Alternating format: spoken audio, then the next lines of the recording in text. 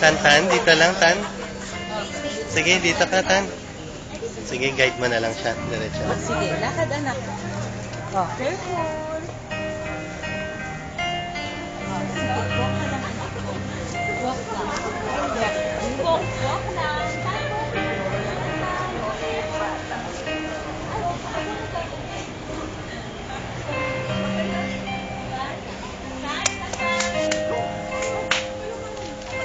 Wow. Smile. Wala na siya. Sige, sige lang. Very good. Ethan, no?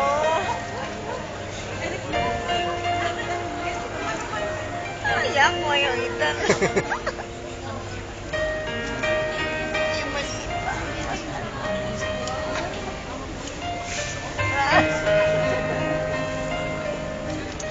Bait mo siya po eh.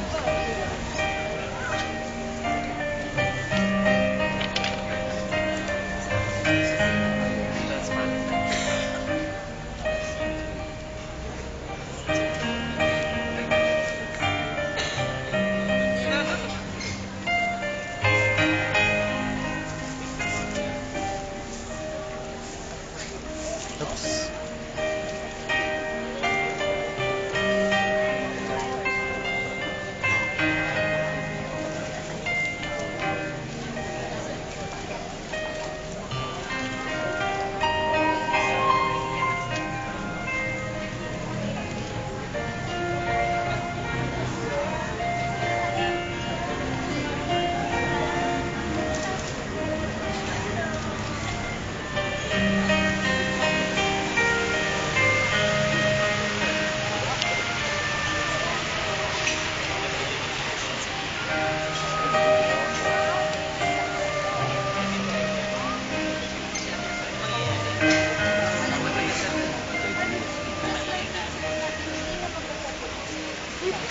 Biglaan. Mission accomplished. Pahawak na tahan yung reward sa kanya.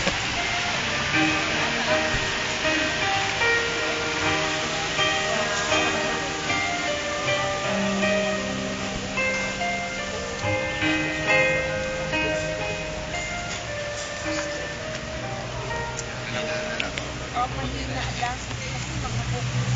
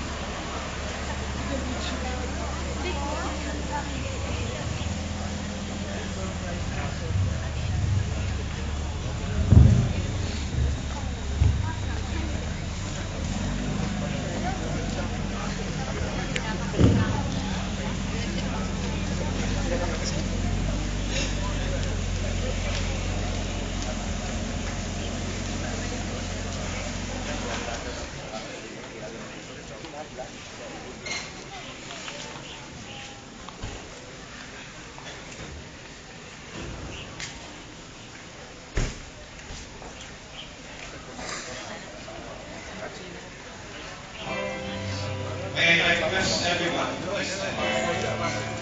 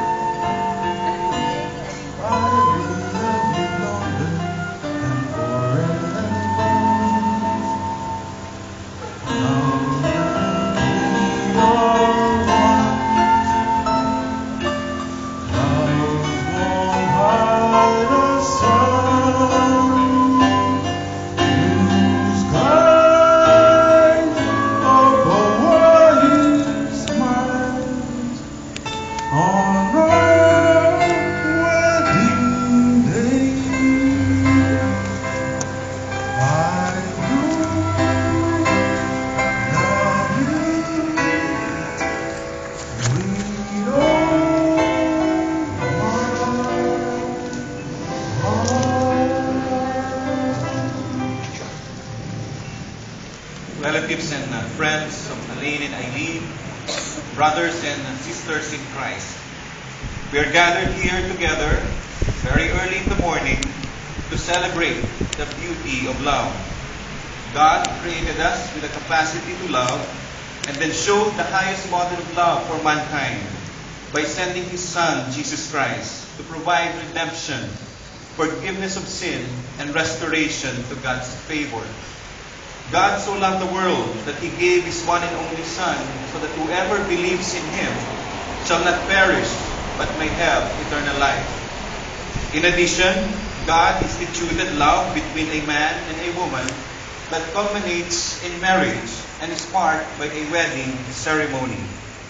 By His arrangement of all the events and circumstances, Elaine and Eileen found each other and they fell in love.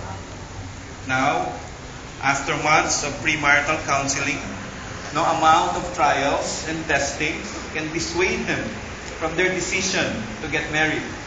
And that is good. Today, they have fully decided to commit to each other for the rest of their life, and they have invited us all here to witness and to hear them pledge their marital love and vows to each other in this holy institution of marriage.